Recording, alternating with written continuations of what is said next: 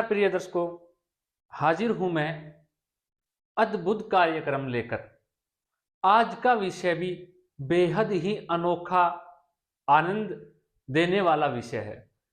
प्रिय दर्शकों, आज फिर मैं कोई ज्योतिषीय सूत्र आपके लिए लेके आया हूं। मैंने कहा था कि मैं कुछ ज्योतिषीय सूत्र आपके लिए निरंतर लेके आता रहूंगा, तो आज मैं फिर किन्हीं ज्योतिषीय सूत्र लेकर आप सबके सामने हाजिर हुआ हूं।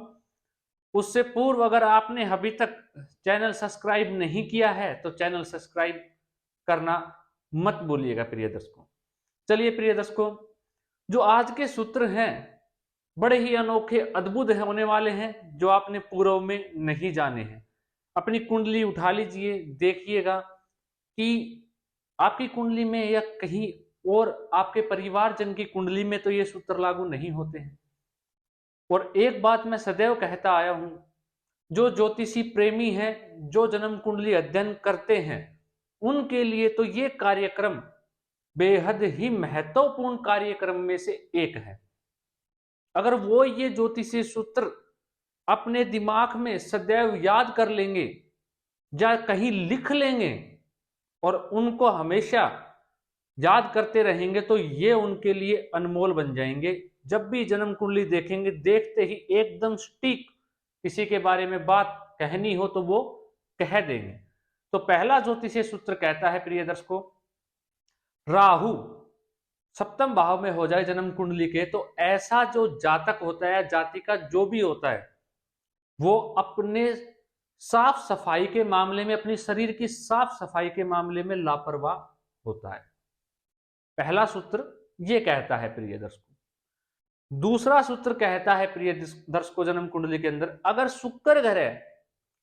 शुक्र ग्रह जन्म कुंडली में अष्टम भाव में जाके बैठ जाए तो मधुमेह का रोग अवश्य दे देगा, प्रबल संभावना बनती है।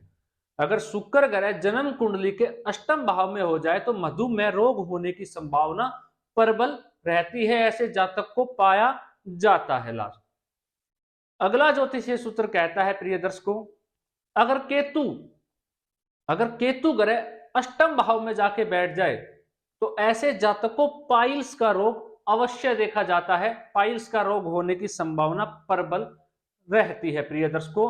दूसरी चीज, अगर केतु वहां पे नीच राशि में जाके बैठ जाए अपनी में, जैसे कि वृषभ, मिथुन, इन राशि में जाके बैठ जाए, तो ऐसे जातक को पेट से संबंधित स्वास्थ्य जो है, उनका पेट से संबंधित जो रोग है वो भी उनके साथ बना रहता है। ऐसे जातक को पशु से भय रहता है। पशु के साथ, कोई भी जानवर जो है पशु है, उसके साथ उसका दुर्घटना घटने की संभावना ऐसे जातक के साथ प्रबल मात्रा में पाई जाती है।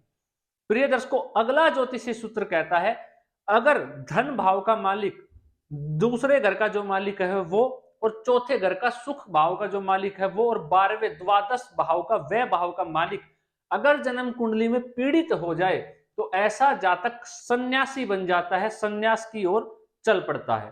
अब प्रिय दर्शकों समझिएगा कब होता है ये।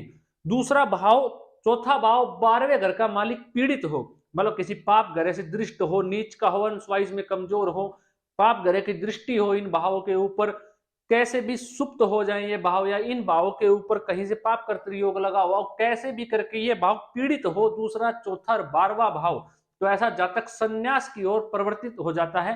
क्यों हो जाता है? दूसरा भाव हमारे कुटुंब का भी है, तो कुटुंब से निराशा मिलेगी, परिवार से निराशा मिलेगी। चौथा भाव सुख का है, सुख से वंचित रह जाएगा, सुख जीवन में प्राप्त नहीं हो पाएगा।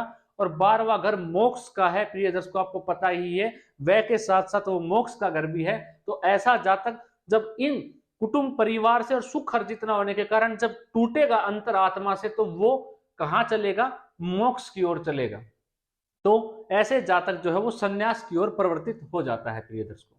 अगला ज्योतिषीय सूत्र कहता है प्रिय दर्शकों, अगर राहु ग्रह सप्तम भाव में हो तो चारित्रिक कमजोरी भी जातक के अंदर देखी जाती है।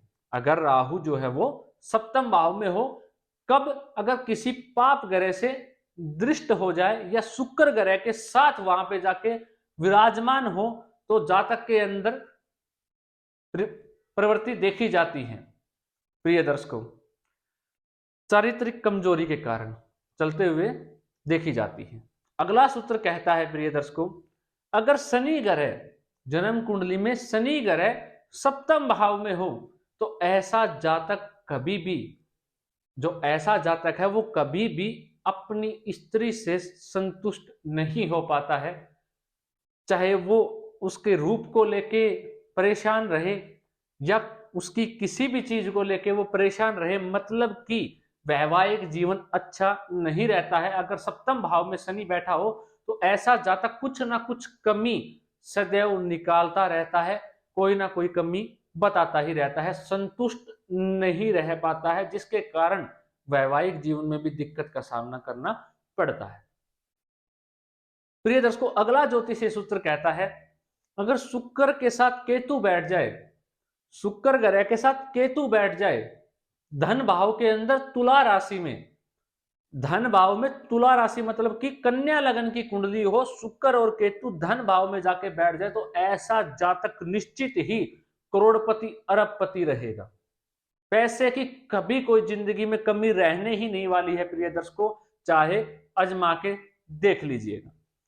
अगला ज्योतिषी सूत्र कहता है प्रिय दर्शकों,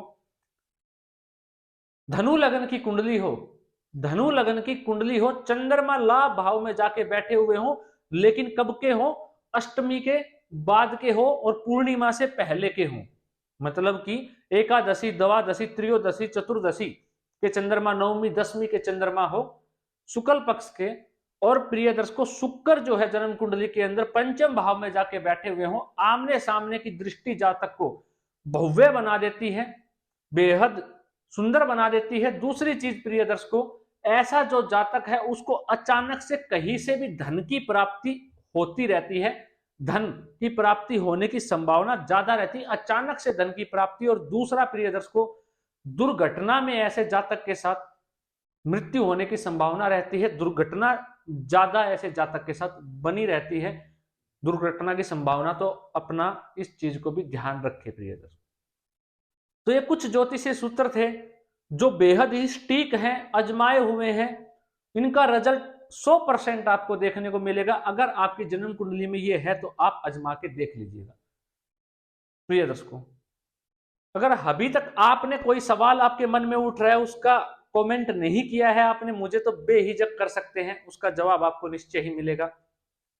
अगर आप अपनी जन्म कुंडली का अध्ययन करवाना चाहते हैं, अपने बारे में कुछ जानना चाहते हैं, तो आप व्हाट्सएप के माध्यम से हमारी टीम से संपर्क कर सकते हैं, वहां से जो संभव मदद हो पाएगी आपको दी जाएगी।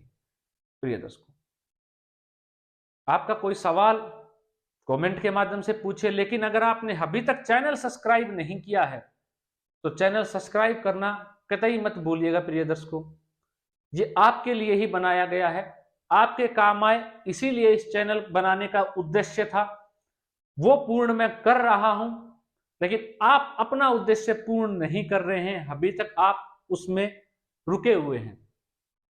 तो मेरा यही कहना है प्रिय दर्शकों कि इस चैनल पे अपना प्यार दीजिए और मेरा भी सहयोग कीजिए, और आपके लिए, आपके सहयोग से मैं कुछ ना कुछ आपके लिए ऐसा चीजें लेके आता ही रहूंगा, कुछ ना कुछ ऐसा विषय आपके लिए लाता रहूंगा जो आपके लिए बेहद अच्छे रहें और जिससे आप स्वयं भी उसका अद्भुत आनंद ले पाए।